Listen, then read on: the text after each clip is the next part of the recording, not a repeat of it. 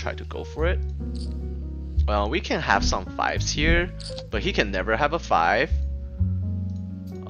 He called fairly quickly. We're gonna barrel this river.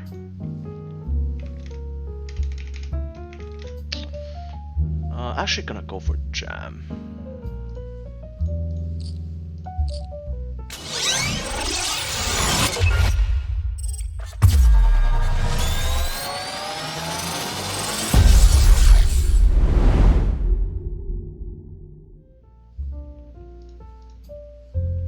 He jammed. That's interesting. And here we're facing over jam too. Here it's probably easy to fold, since he bet on our card. And here we are. Damn, this is pretty rough. He raised pre-flop, we just call. Like, why are you triple? I mean, 3x jam just doesn't really make that much sense. What do we lose to though? We lose to ace king. Just gonna fold. It's kind of odd. I don't think he's ever like doing that as a bluff, especially on that kind of board. Here on this river we can jam. We can put in another bet. I feel like this is probably a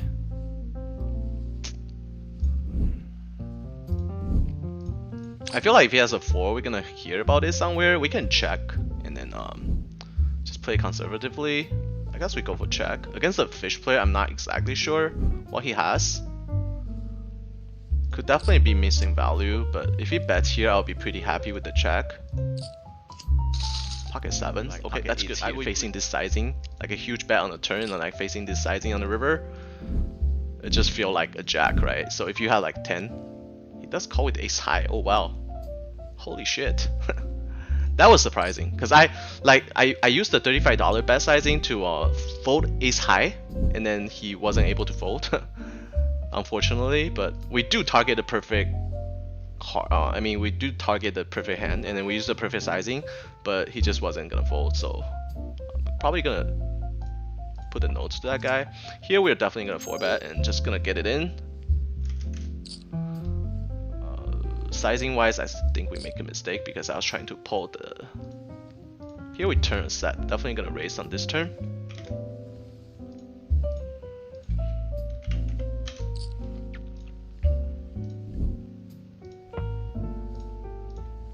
I'm trying to find like what his name is, like what his name is.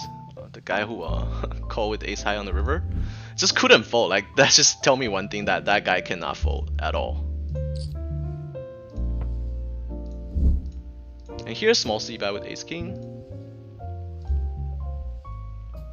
A little bit shocking that he called with ace high. Like what the hell? That was kind of crazy. He doesn't even have a diamond draw. Like what the fuck? So he's definitely a fish. AC poker is 14. So we're just gonna attacking and know that that guy never fold to anything. And here when the spade get there, it's a little bit tricky, but I don't think we can fold. Just have to get it in. If you have like ace queen of spades, so be it. Ace queen of spades is like the only hand he could have there. I'm just gonna get in. Good luck to us.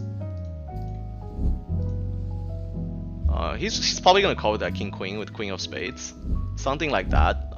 Or he just fold. Just because on the. But I don't really know like what fucking ace 10 suited beat there, facing a huge bet on the turn and then a small bet on the river. But yeah, just rain to a non-believer. Nothing we can do. Here facing a 3-bet. With pocket ace, there's no reason to 4-bet. Just calling is probably the best. On this board, we are definitely gonna go for some check raising. He could be having air, so check calling and then like check raising the turn is fine as well.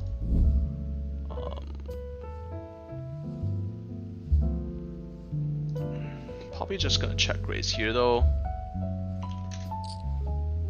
Because we feel like we're gonna check raise with tons of air here.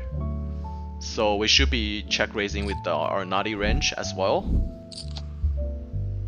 Because on this board, cutoff versus button, like he's never gonna give us too much credit. And here on this turn, we're just gonna use like a super tiny bet.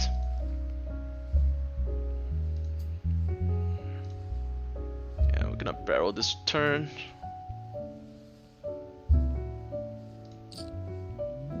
Calling with pocket tens. This should, yeah, gonna bait him into doing that. That's always good. So if he like check raise there, we might like giving an opportunity to. Why we overjam there is because we are overjamming a lot of our air. So if we had like 9-7 there, we probably play the same way. So I feel like our overbetting range is pretty balanced and protected. But if you are only like overjamming there with nuts, then we probably shouldn't be playing that way. Probably should be going for like 70 to like 80% pot. On this board, we are starting with a bigger c-bet. Obviously, we have opened the straight drop. Nick Cash A13, thanks for follow. McCurt19, thanks for follow. Welcome to the stream. Just gonna fold. Here we are calling with. The pocket 7, and we are checking back with the gut shot. And on this board, we are check calling.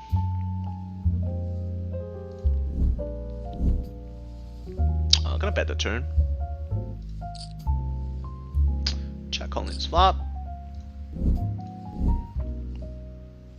We could dunk this bet. We could, I don't like checking actually, we're gonna dunk this bet. Dunk this turn. A lot of random show just fold, and then if he has like better pair, it's gonna... And we can always get a river like this, and then we're just gonna jam.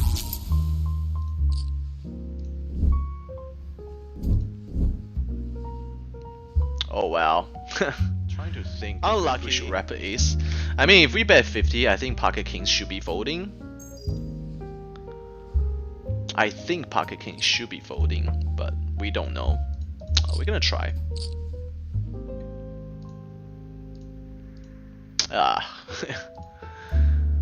Not sure what he's jamming with. Like, if he had an ace, why would he jam here? Like, but obviously we're not gonna call it king high. Here facing a 4-bet, we can jam. We can call. I feel like we should just get it in. Bottom versus cutoff.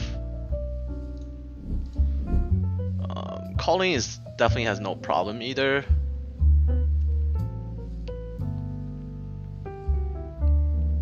Pretty close between jamming and calling. I guess we call and play in position.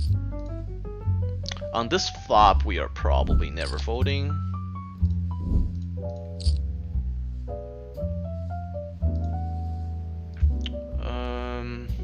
Just gonna call. If we jam the turn, it would kind of be nasty. We'll see.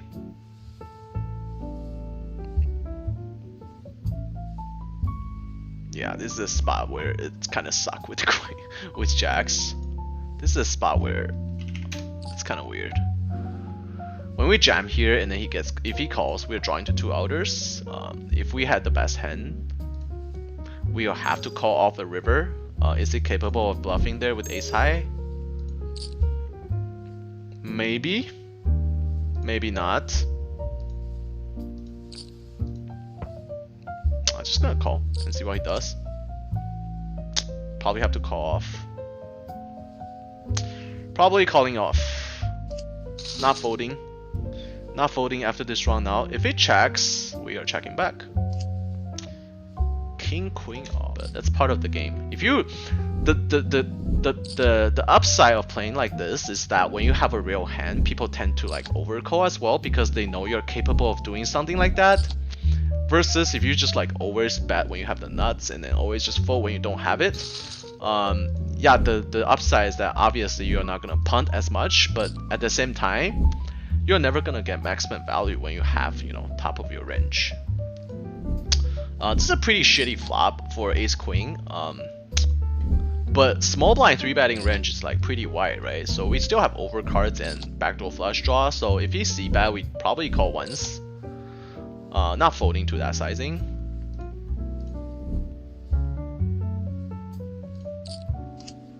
And and turn a queen. Never folding anymore. Don't think I can fold. Just gonna bet. We can check back and then induce a bluff on the river. I guess we do that. He could be trapping with aces and kings on this turn. So when we call the flop and then we check back the turn, our hands is pretty much faced up. We have like pocket tens, pocket nines, and then he might try to barrel us off on the river, and then we can just pretty easy call.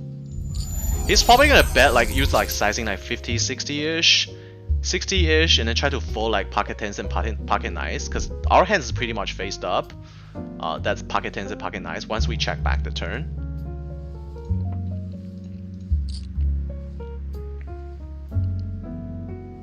Thanks for the sub, Joe Cav. Appreciate it, man. I actually don't know. I'm actually not exactly sure like how subbing works. And he does bet 42. It's an easy call. And then we induce him to bluff by checking the turn. So, and we're checking again. And then we check back, we bet the river, try to take it away. On this flop, we are c-betting most of the time. When he barrels, we just fold. And here with the bottom pair, we peel. Pretty good turn. We can consider even raising if he bets again. He used a larger bet, but I feel like, because he never have a 5 here, right? So if we raise this here, I feel like it's really strong. I'm gonna actually try to go for it. Well, we can have some 5s here, but he can never have a 5. He called fairly quickly. We're gonna barrel this river.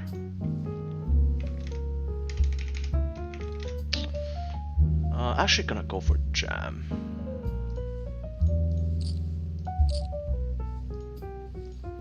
Just feel like he never has a 5 here, so he could be like chat calling.